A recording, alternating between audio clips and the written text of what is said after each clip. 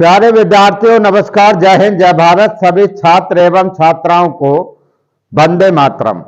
प्यारे बच्चों, स्टार्टिंग करते हैं आज अंतरराष्ट्रीय सीमा रेखाएं और मानचित्र पर बनी रेखाएं के बारे में डिस्कस करेंगे, जो क्वेश्चन आपकी परीक्षाओं में बार बार पूछे जाते हैं। तो प्यारे बच्चों, सभी रेखाओं को लिया है, लेकिन जितनी भी महत्वपूर्ण लाइंस हैं उनके बारे में यहाँ जानकारी देंगे, क्योंकि आपकी परीक्षाओं में ये क्वेश्चन पूछे जाते हैं। चलिए प्यारे बच्चों, समय ज्यादा ना लेते हुए स्टार्टिंग करते हैं अंतरराष्ट्रीय सीमा रेखाएं और मानचित्र पर बनने वाली महत्वपूर्ण सीमा रेखाओं के बारे में। तो प्यारे बच्चों, चलिए पहला स्टार्टिंग करते हैं यहां से। देखिए, भारत की आजादी से पहले, भारत का विभाजन से पहले तो प्यारे बच्चों तीन यानी कि लाइन खींची गई थी, जो कि अंतरराष्ट्रीय सीमाएं, तो उनके बारे में भी यहाँ विस्तार पूर्वक चर्चा करेंगे। तो आपको ज्यादा नहीं उसमें जानकारी चाहिए, क्योंकि आपको महत्वपूर्ण नॉलेज ही बहुत है। आगे चलते हैं प्यारे बच्चों नेक्स्ट में। तो प्यारे बच्चों, पहला दिया है यहाँ पर, सुमेलित कीजिए सीमा रेखाएं। का मतलब है यहाँ पर अंतरराष्ट्रीय सीमा रेखाएं। तो प्यारे बच्चों, जो रेड क्लिफ जो लाइन है, ये किस किस के बीच में आती है? तो प्यारे बच्चों बताएंगे, रेड क्लिफ लाइन। तो ध्यान देखेंगे, रेड क्लिफ का मतलब है भारत और यानी कि पाकिस्तान के बीच में ये लाइन पड़ती है, लाइन ऑफ बॉर्डर। तो यहाँ पे ध्यान रखेंगे, तो यहाँ पे यानी कि भारत और पाकिस्तान के बीच में यहाँ पर ऐसे इसको, तो यहाँ पर इस तरह से कब यानी कि इसको 1947 में बनाया गया था, और इनका नाम था रेड क्लिफ ने, यानी कि भारत और पाकिस्तान का जब पार्टीशन हुआ था, ठीक है, उससे पहले ये यानी कि लाइन खींची गई थी, ठीक है, दोनों के विभाजन पर। आगे चलते हैं प्यारे बच्चों के, मैकमोहन जो लाइन्स है, यानी कि ठीक है 1914 में भारत और चाइना के बीच में गए यानी कि सीमा रेखा है, जो दोनों को अलग करती है, यानी कि विभाजन है। आगे चलते हैं, डूरंड रेखा, यानी कि ये डूरंड जो रेखा है प्यारे बच्चों, यानी कि भारत और अफगानिस्तान के बीच में। आगे यहाँ पर पाक जलमरुद्रम किसके बीच में है? तो यहाँ पर ये यानी कि भारत और श्रीलंका के, और इसको लाइन को जो खींचा था कि रॉबर्ट पाक ने।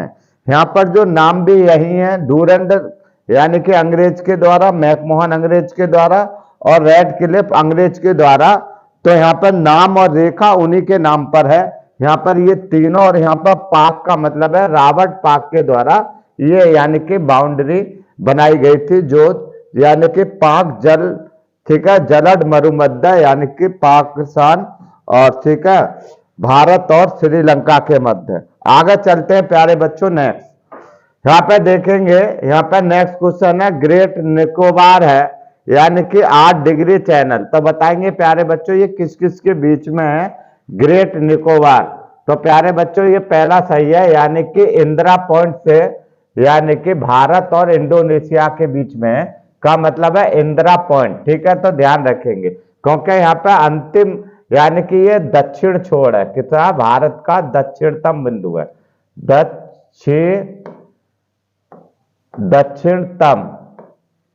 दक्षिणतम बिंदु है प्यारे बच्चों के बिंदु, ठीक है। इंदिरा पॉइंट या पार्सन पॉइंट भी कहा जाता है, इसको पिगलेनियन पॉइंट भी बोला जाता है। आगे प्यारे बच्चों 8 डिग्री चैनल, तो ये 8 डिग्री जो चैनल है ये दोनों के बीच में है, मिनिकॉय और मालदीव के बीच में, ठीक है। आदम ब्रिज यानी कि कन्याकुमारी यानी कि तमिलनाडु और श्रीलंका के मध्य में, ठीक है। अराकोमा की जो पहाड़ी है ये दोनों को अलग करती है, यानी कि भारत और म्यांमार के। तो ये जो लाइन जो बाउंड्री जो पहली जो हमने जो बताई थी, वो यानी कि बना कृत्रिमिक है, यानी कि मानव के द्वारा बनाई गई थी, लेकिन ये अराकोमा की पहाड़ी यानी कि नेचुरल है, यानी कि प्राकृतिक बाउंड्री है, यानी कि जो भारत और म्यांमार के बीच में। तो इसको ध्यान रखेंगे, भारत और म्यांमार के बीच में, और भारत और अफगानिस्तान के बीच में भी यहाँ पर ध्यान रखेंगे। आगे प्यारे बच्चों यहाँ पर डूरंड जो लाइन है, तो यहाँ पर बताएंगे डूरंड लाइन जो है, यानी कि एक तो हमने बताया कि भारत और यानी कि पाकिस्तान के बीच में है, ठीक है, वो अफगानिस्तान के बीच में। डूरंड लाइन पहले बताया भारत और अफगानिस्तान के मध्य में है, और दूसरा यानी कि यही डूरंड लाइन पाकिस्तान और अफगानिस्तान के मध्य में भी है, जो कि यानी कि पाकिस्तान उसको नहीं मानता, ठीक है। आगे चलते हैं, यहाँ पे मानव स्थलीय सीमा, तब प्यारे बच्चों के किस पे है, यानी कि जो रेड क्लिफ है और या मानव निर्मित स्थलीय सीमा भारत और बांग्लादेश के मध्य में है। यहाँ पे कोको चैनल कहाँ पर है प्यारे बच्चों, उत्तरी अंडमान और यानी कि बांग्लादेश के मध्य में, यानी कि ये सीमा रेखा है। आगे मन्नार की खाड़ी कहाँ पर है प्यारे बच्चों, तमिलनाडु और निकोबार के मध्य में है। ये सभी सही हैं, तो यहाँ पर मैच करेंगे, आपको नॉलेज यहाँ पर मिल रही है। तो प्यारे बच्चों यहाँ पर क्योंकि आपको ज्यादा से ज्यादा इनको ध्यान रखना, बस यहाँ पर कि किसके बीच में, तो यहाँ पर सभी चैनलों को भी लिया गया है और अंतरराष्ट्रीय सीमा रेखाएं भी ली गई। आगे चलेंगे, एक में 4 क्वेश्चन आपको मिल जाएंगे और भी आप बना सकते हैं इन पर, ठीक है। 9 डिग्री चैनल यानी कि किसके बीच में पड़ता है, यानी कि ध्यान रखेंगे कार निकोबार द्वीप और लिटिल निकोबार द्वीप के मध्य में पड़ता है। सोमबोरो चैनल है यानी कि दक्षिण अंडमान और यानी कि लिटिल अंडमान के बीच में ये पड़ता है, तो इसको ध्यान रखेंगे, यानी कि चौथा जो क्वेश्चन है, ठीक है, यानी कि अंडमान के बीच में ये पड़ता है। तो यहाँ पर आप देखेंगे 9 डिग्री चैनल कहाँ पर है प्यारे बच्चों, यहाँ पर गए, ठीक है, अमनी द्वीप और मिनिकॉय के बीच में है, ठीक है, यहाँ पर ये ध्यान रखेंगे। देखिए ये आपका गलत हो जाएगा यहाँ पर, क्योंकि अगर 9 डिग्री चैनल किसके बीच में, अमनी द्वीप और मिनिकॉय के मध्य में, ठीक है, 9 डिग्री चैनल। सोमबोरो जो चैनल है यानी कि ये कार निकोबार द्वीप और लिटिल निकोबार द्वीप के मध्य में। यहाँ पर देखेंगे इनको बहुत ध्यान से ध्यान रखना है, क्योंकि यहाँ पे बच्चे बहुत ज्यादा गलती कर जाते हैं, ठीक है, तो इन चीजों को ध्यान रखना है, क्योंकि बच्चे ज्यादा गलतियां इसमें कर जाते हैं। तो प्यारे बच्चों अगला यानी कि, ठीक है, यहाँ पर देखेंगे यानी कि 10 डिग्री चैनल किसके बीच में है, यानी कि ये हमारा यानी कि इसके बीच में लिटिल अंडमान और कार निकोबार के बीच में। यहाँ पे दक्कन पास कहाँ पर पड़ेगा प्यारे बच्चों, ये दक्षिण अंडमान और लिटिल अंडमान के बीच में पड़ेगा। तो यहाँ पर ध्यान रखेंगे, क्योंकि ये ज्यादा क्रिटिकल मामले में आते हैं और बच्चे यहाँ पर ज्यादा गलतियां करते हैं। तो 9 डिग्री का ध्यान रखेंगे, सोमबोरो चैनल यानी कि कार निकोबार द्वीप और लिटिल निकोबार के बीच में। 10 डिग्री चैनल को यहाँ पर ध्यान रखेंगे, जो आपका लिटिल अंडमान और यानी कि कार निकोबार के बीच में, ठीक है। यहाँ पे देखेंगे दक्षिणी अंडमान और ये दक्कन पास और, ठीक है, दक्षिणी अंडमान और लिटिल अंडमान के बीच में पड़ेगा, यानी कि ये दक्कन पास। तो इनको ध्यान रखेंगे प्यारे बच्चों, यहाँ पर ज्यादा गलती करते हैं तो इसको यानी कि मेनली ध्यान रखना, ठीक है। अब अगला क्वेश्चन लेते हैं प्यारे बच्चों, नेक्स्ट क्वेश्चन। तो यहाँ पर ज्यादा गलती करते हैं तो इसको ध्यान रखेंगे, यानी कि ये आपका सही फिगर है। आगे चलते हैं प्यारे बच्चों नेक्स्ट पर।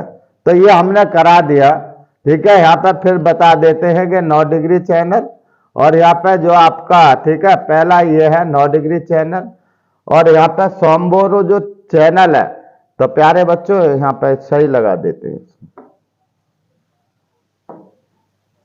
तो यहाँ पे 9 डिग्री चैनल, दूसरा के कार निकोबार 10 डिग्री चैनल, यानी कि जो दिया गया है यानी कि सीधा है लिटिल अंडमान, और यहाँ पर ये यानी कि दक्षिण अंडमान और लिटिल अंडमान के मध्य में। तो प्यारे बच्चों इसको ध्यान से ध्यान देंगे, क्योंकि यहाँ पर क्वेश्चन आपका यानी कि बच्चे ज्यादा गलतियां करते हैं। अब प्यारे बच्चों अगला क्वेश्चन लेते हैं, 11 डिग्री चैनल कहां पर है प्यारे बच्चों, किस किस के मध्य में है अंतरराष्ट्रीय सीमा, तो ध्यान रखेंगे कॉर्नर और यानी कि ये पिरवाल द्वीप है, ठीक है, इसके मध्य में है। 24 यानी कि 24वीं समानांतर रेखा यानी कि कक्ष और पाकिस्तान के मध्य में है, ठीक है, ध्यान रखेंगे मध्य में है, जो कि पाकिस्तान यानी कि इसको नहीं मानता। आगे चलते हैं 70वीं समानांतर रेखा यानी कि 17वीं उत्तरी कोरिया और दक्षिणी वियतनाम के मध्य में। यहाँ पर 38वीं समानांतर रेखा यानी कि किसके मध्य में, उत्तरी और दक्षिणी कोरिया के मध्य में। तो इनको भी ध्यान रखेंगे, ये भी काफी इंपॉर्टेंट है, सब इंपॉर्टेंट है, ये आपकी परीक्षा में पूछे जाते हैं। तो प्यारे बच्चों अगला क्वेश्चन लेके चलते हैं, नेक्स्ट क्वेश्चन। यहाँ पे देखिए हिंडनबर्ग रेखा किसके बीच में, हिंडन यानी कि सीमा रेखा, आगे अंतरराष्ट्रीय सीमा रेखा यानी कि जर्मन और पोलैंड के बीच, और कब की बनी थी कि जब प्रथम विश्व युद्ध यानी कि समाप्ति के बाद ये यानी कि हिंडनबर्ग जर्मन और पोलैंड के बीच में बनाई गई थी। आगे चलेंगे यहाँ पर ठीक है, मैनरहीन रेखा। तो यहाँ पर की जो मैनरहीन जो रेखा है यानी कि सोवियत रूस और फिनलैंड के मध्य में, ठीक है। आगे चलेंगे जो दोनों को अलग करती है यानी कि विभाजित करती है दोनों को। आगे यहाँ पर मैग्नीटाट यानी कि जर्मन और फ्रांस के मध्य है। सीफ्राइड रेखा है पूर्वी जर्मन और यानी कि पोलैंड के बीच में। तो इन सभी रेखाओं को ध्यान रखेंगे, सुमेलित करने को भी पूछ सकता है और यहाँ पर आपका सिंगल क्वेश्चन भी पूछ सकता है। तो आप समझिए अगर सिंगल के आधार पर आप करेंगे तो एक में 4 क्वेश्चन बन जाते हैं, और एक सुमेलित कर रहे हैं तो यानी कि आप एक में ही 5 क्वेश्चन यानी कि समझ रहे हैं लगभग, ठीक है। आगे चलते हैं नेक्स्ट में प्यारे बच्चों, ये वही है, ठीक है, यहाँ पर, ठीक है, वही क्वेश्चन था। तो यहाँ पर पहला ये, दूसरा ये, तीसरा ये, सभी सुमेलित हैं। आगे चलते हैं नेक्स्ट में,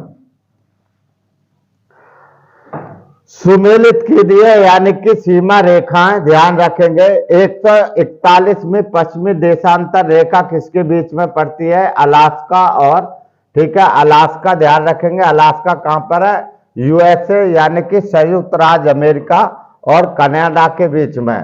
तो यहाँ पर ध्यान रखेंगे प्यारे बच्चों, इसको उत्तरी अमेरिका और इसको हम दक्षिणी अमेरिका के नाम से बोलते हैं। ये आपका उत्तरी है अमेरिका और ये हमारा उत्तरी अमेरिका है के भी बोलते हैं इसको, और ये यानी कि दक्षिणी अमेरिका भी है, ठीक है, अमेरिका, ठीक है, ध्यान रखेंगे।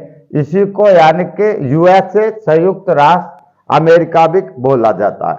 आगे चलेंगे प्यारे बच्चों, यहाँ पर 49 में यानी कि समानांतर रेखा यानी किसके मध्य में, उत्तरी अमेरिका और कनाडा के मध्य में। इनको सीधे ध्यान रखेंगे, यहाँ पे आपको याद करना है इनको बार बार, यहीं से आपके क्वेश्चन आते हैं। ऑर्डर नीचे यानी कि रेखा पूर्वी जर्मन और पोलैंड के बीच। रेड क्लिफ रेखा किसके बीच में, पाकिस्तान और, ठीक है, बांग्लादेश के। क्योंकि जब भारत का जो डिवाइडेशन हुआ था तो यानी कि 1947 में तो एक ही यानी कि पाकिस्तान शब्द आता है। क्या आता है कि पाकिस्तान जो शब्द आता है, पाक, ठीक है, पाकिस्तान, ठीक है। तो यहाँ पर एक ही शब्द आता है वो पाकिस्तान, क्योंकि ये, तो इसका मतलब है कि दोनों एक था। बाद में इसका पार्टीशन हुआ था, ये यानी कि पाकिस्तान, पाकिस्तान, ठीक है, क्योंकि ये पाकिस्तान 2 यानी कि भाग थे इसके, यानी कि एक आपका था यानी कि पूर्वी पाकिस्तान। तो यहाँ पे जो पूर्वी पाकिस्तान में कौन सा आता था आपका, बांग्लादेश, ठीक है, बांग्लादेश, बांग्लादेश। और यहाँ पे जो पश्चिमी पाकिस्तान के अंतर्गत आता था यानी कि दोनों को मिलाकर के बोला जाता था पाकिस्तान, यानी कि पश्चिमी यानी कि पाकिस्तान, ठीक है, पश्चिमी पाकिस्तान, ठीक है, पाकिस्तान, पाकिस्तान का मतलब है यानी कि पूर्वी पाकिस्तान। तो यहाँ पे पूर्वी पाकिस्तान ही था, क्या था, पूर्वी पाक, ठीक है, इसको पूर्वी पाक, और यह है आपका पश्चिमी पाक। जो हम इसको पूर्वी पाक है इसको बांग्लादेश कहते हैं। लेकिन इसके बाद यानी कि ये बांग्लादेश अलग राज्य बना, और कब बना, 1900 यानी कि 71 में ये अलग यानी कि अलग राज्य बन गया, ठीक है, अलग देश बन गया। क्या बन गया, अलग देश बन गया, अलग देश बना, ठीक है, अलग देश बन गया था, ठीक है, आप ध्यान रखेंगे। तो यहाँ पर पाकिस्तान शब्द आता है तो पाकिस्तान पूर्वी और पश्चिमी पाकिस्तान था। तो यहाँ पर ध्यान रखेंगे क्योंकि अब यहाँ पर यानी कि सीमा रेखा जो खींची गई है यानी कि स्थलीय सीमा रेखा है, ठीक है, ध्यान रखेंगे। आगे चलेंगे प्यारे बच्चों नेक्स्ट में। हाँ पूरा हो गया, चलिए आगे नेक्स्ट में।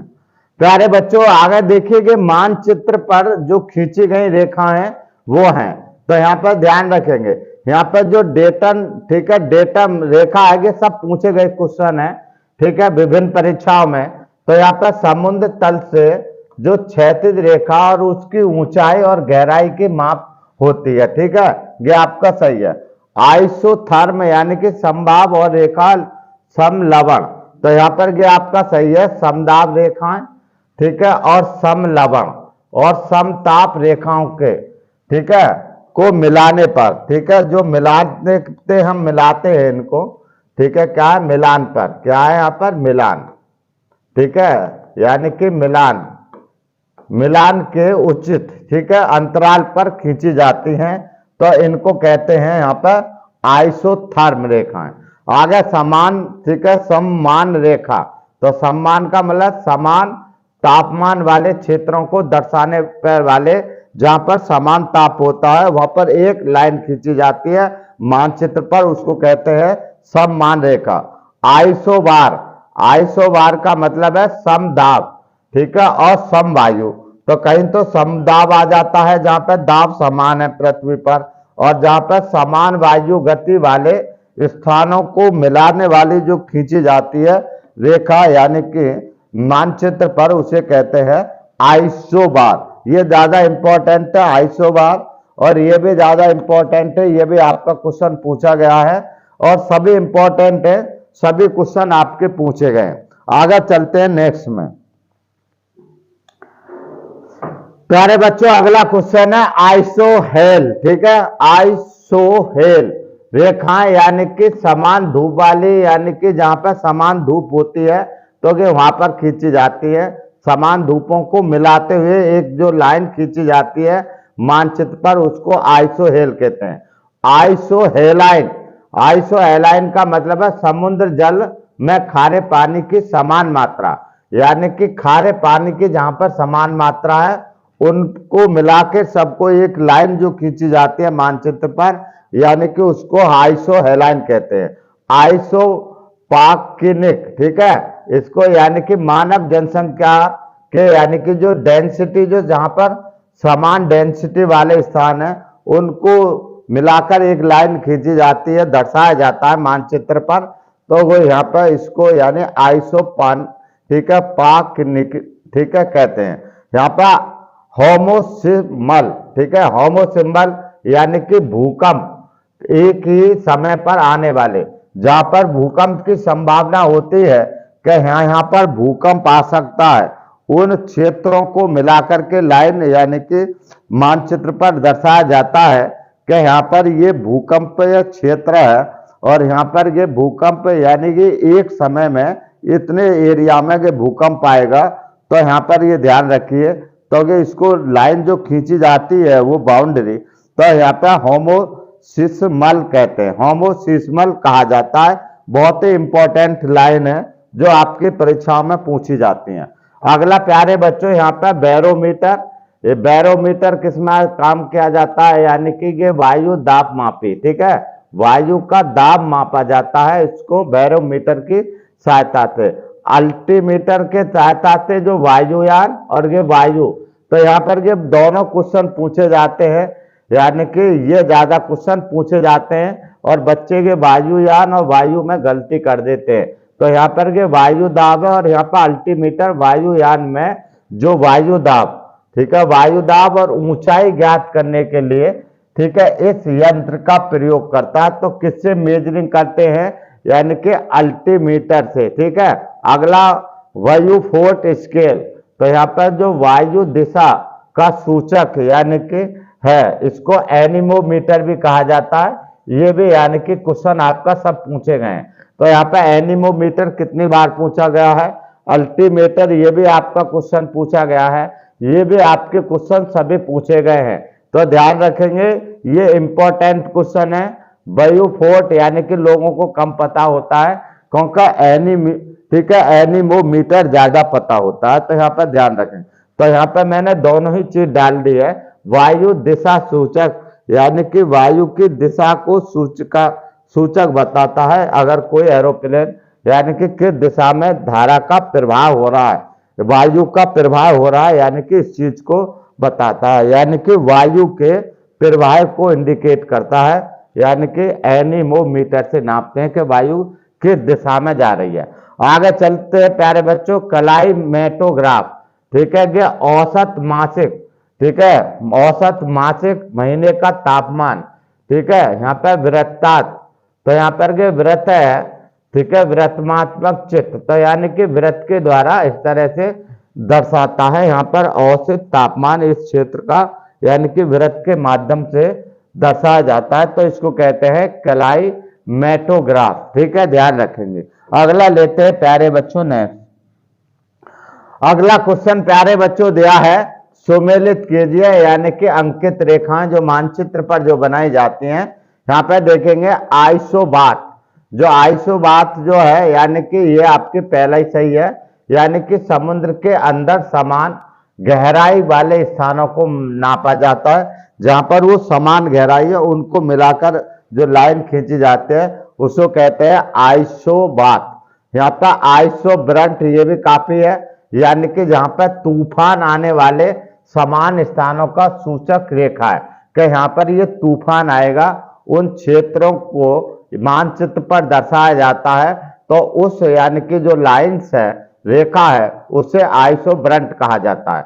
आइसोबेस, आइसोबेस का मतलब है प्यारे बच्चों, धरातल पर समान ऊंचाई और नीचाई वाले जो क्षेत्र है उनको मिलाने वाली, जो समान ऊंचाई के क्षेत्रों को और समान नीचाई के क्षेत्रों को जो मिलाने वाली रेखा है उसको कहा जाता है आइसोबेस, ठीक है। यहाँ पर आइसोहेल, तो यहाँ पर जो आइसोहेल है, सूर्य के ताप के समान अवधि वाले स्थानों को, जहां पर यानी कि सूर्य का ताप समान रहता है, उन स्थानों को मिलाकर एक लाइन खींची जाती है, जिसे कहते हैं हम आइसोहेल यानी कि लाइन। ये आपकी लाइन है जो महत्वपूर्ण लाइन है और जो आपकी परीक्षाओं में ये बार बार पूछी जाती हैं, तो प्यारे बच्चों इनको ध्यान रखेंगे। आपको हमारे द्वारा दी गई जानकारी अगर अच्छा लगा है तो वीडियो को जरूर लाइक करें और शेयर करें और सब्सक्राइब करें, तो प्यारे बच्चों जिससे आपको हमारे द्वारा दी गई जानकारी यानी कि सर्वप्रथम प्राप्त हो सके, इसलिए चैनल को सब्सक्राइब करें और बताएं कमेंट करके कि हमारे द्वारा दी गई जानकारी राष्ट्रीय यानी कि अंतर्राष्ट्रीय सीमा रेखाएं और मानचित्र पर सीमा रेखाओं के बारे में आपको कैसी लगी। तो प्यारे बच्चों आगे मिलते हैं नेक्स्ट वीडियो में मेरे साथ। नमस्कार, थैंक यू, धन्यवाद।